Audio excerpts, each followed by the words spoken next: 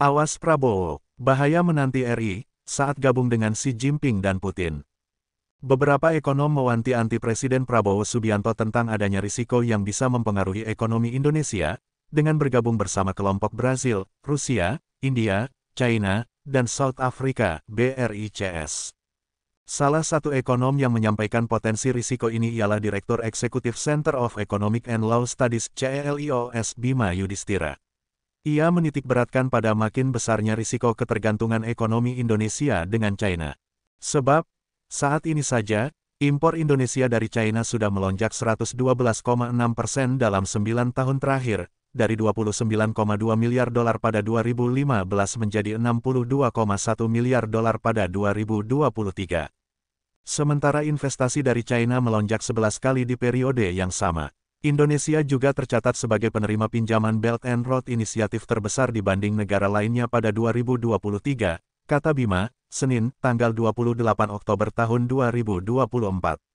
Selain itu, China juga sudah menjadi negara tujuan ekspor terbesar Indonesia dengan porsi 25,56% dari total ekspor non-migas per September tahun 2024 sebesar 20,91 miliar dolar.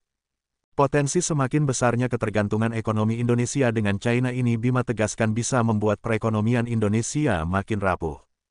Selain karena ekonomi China yang kian melambat 5 tahun ke depan, barang-barang produksi China juga sudah membanjiri ekonomi domestik yang diduga sebagai biang kerok gulung tikarnya sejumlah industri.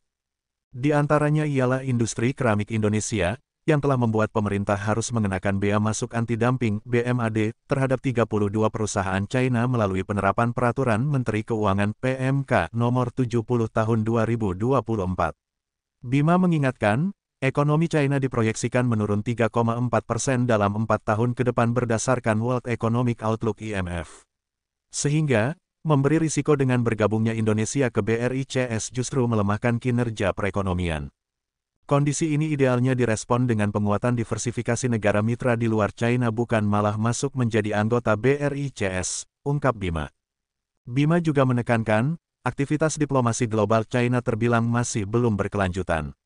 Misalnya saja saat Indonesia merayakan pelantikan Prabowo sebagai Presiden kapal Laut Coast Guard China masuk ke wilayah yurisdiksi di Natuna Utara.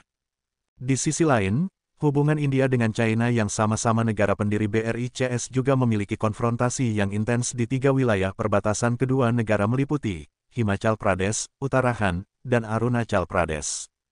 Berpotensi mengganggu stabilitas hubungan China dan India, dan secara bersamaan juga akan mempengaruhi kemitraan dalam aliansi BRICS. Sementara itu Direktur Eksekutif Center for Strategic and International Studies CSIS Yose Rizal Damhuri juga menilai Indonesia tak perlu masuk menjadi anggota BRICS, karena sudah menjadi anggota G20 yang secara skala ekonomi lebih besar dari BRICS. Indonesia itu anggota G20, kita tidak terlalu memerlukan suatu platform baru untuk menjadi saluran di tingkat global, kata dia. Menurut dia, kondisi Indonesia itu berbeda dengan negara ASEAN lainnya yang masuk dalam sebagai mitra BRICS, seperti Vietnam, Thailand dan Malaysia.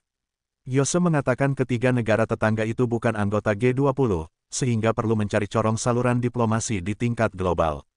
Karena itu Yose menilai Indonesia seharusnya mendorong agar negara ASEAN lainnya bisa masuk menjadi anggota G20. Bukannya mengikuti langkah negara ASEAN untuk masuk kelompok BRICS. Yang kita harus coba justru bukan menjadi bagian dari satu kelompok yang mungkin belum ketahuan juga tujuannya seperti apa, kata dia.